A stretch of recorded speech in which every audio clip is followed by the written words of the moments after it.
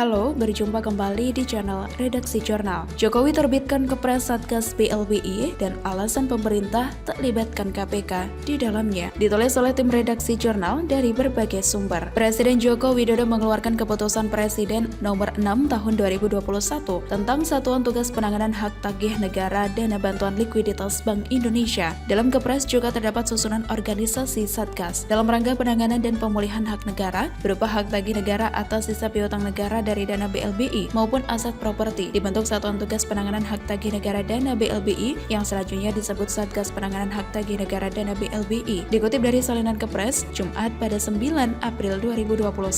Berikut susunan organisasi tim pemburu aset BLBI. Di bagian pengarah ada Menteri Koordinator Bidang Politik Hukum dan Keamanan Menko Polhukam, kedua Menteri Koordinator Bidang Perekonomian, yang ketiga Menteri Koordinator Bidang Kemaritiman dan Investasi, yang keempat Menteri Keuangan, yang kelima Menteri Hukum dan Hak Asasi Manusia, yang keenam Jaksa Agung, dan yang ketujuh Kapolri. Di bagian pelaksana ada Ketua Satgas Direktur Jenderal Kekayaan Negara Kementerian Keuangan, Wakil Ketua Satgas ada Jaksa Agung Muda Perdata dan Tata Usaha Negara Kejaksaan Republik Indonesia. Sekretaris ada Deputi Bidang Koordinasi Hukum dan Hak Asasi Manusia Kemenko Polhukam. Di bagian anggota terdapat yang pertama Direktur Jenderal Administrasi Hukum Umum Kemenkumham, yang kedua Deputi Penetapan Hak dan Pendaftaran Tanah Kementerian Agraria dan Tata Ruang atau Bidang Pertanahan Nasional, yang ketiga Sekretaris Jenderal Kemenko, yang keempat Direktur Jenderal Pajak Kemenko, yang kelima Deputi Bidang Investigasi Badan Pengawasan Keuangan dan Pembangunan, yang keenam Deputi Bidang Intelijen Pengamanan Aparatur Badan Intelijen Negara,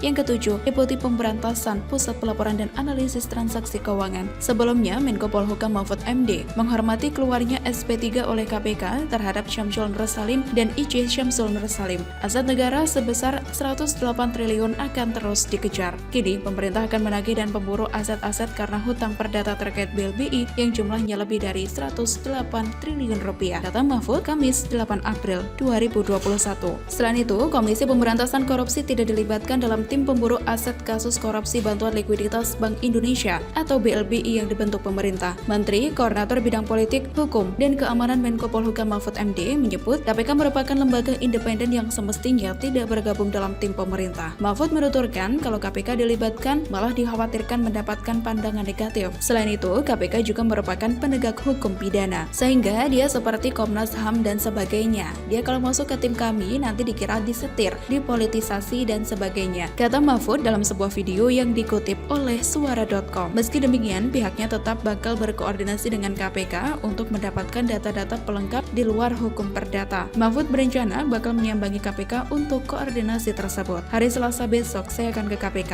ucapnya. Tim yang dimaksud itu sudah diatur dalam keputusan Presiden nomor 6 tahun 2021 tentang Satgas Penanganan Hak Tagih Negara Dana BLBI. Menurutnya, pemerintah sudah bekerja sejak lama semenjak MA memutuskan kasus korupsi BLBI masuk ke dalam hukum perdata pada 2019.